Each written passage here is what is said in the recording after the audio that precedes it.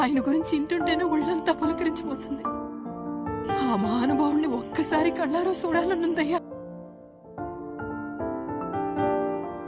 లేడు తల్లి, ఆ దేవుడు చనిపోయాడు. మానవ సంకల్పానికి తోడై నిలిచిందా దైవం.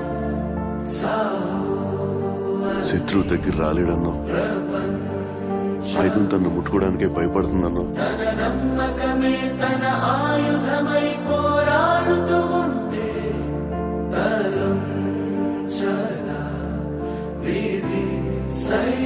అలాంటి మహావీరుడు ఎలా చచ్చిపెడతాది? కత్తి వేటు కన్నా బల్లెం పోటు కన్నా దారుణమై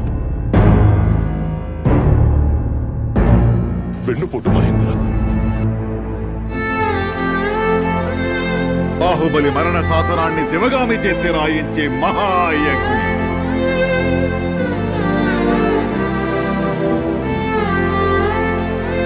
బాహుబలిని చంపే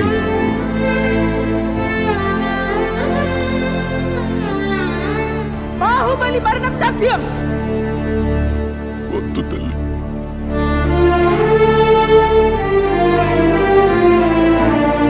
ఇదే నా మాట, నా మాటే శాసనం.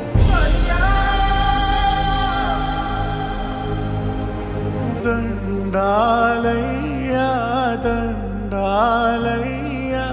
మా మధ్యనను ఉండొద్దయ్యా.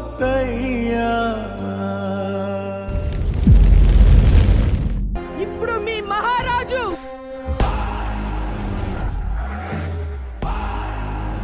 ఈ రాజ్యానికి పట్టిన పీడ వదిలించడానికి రాజమాత శివగామి దేవి మనవడు అమరేంద్ర బాహుబలి వారసుడు మహేంద్ర బాహుబలి తిరిగొచ్చాడని చెప్పు.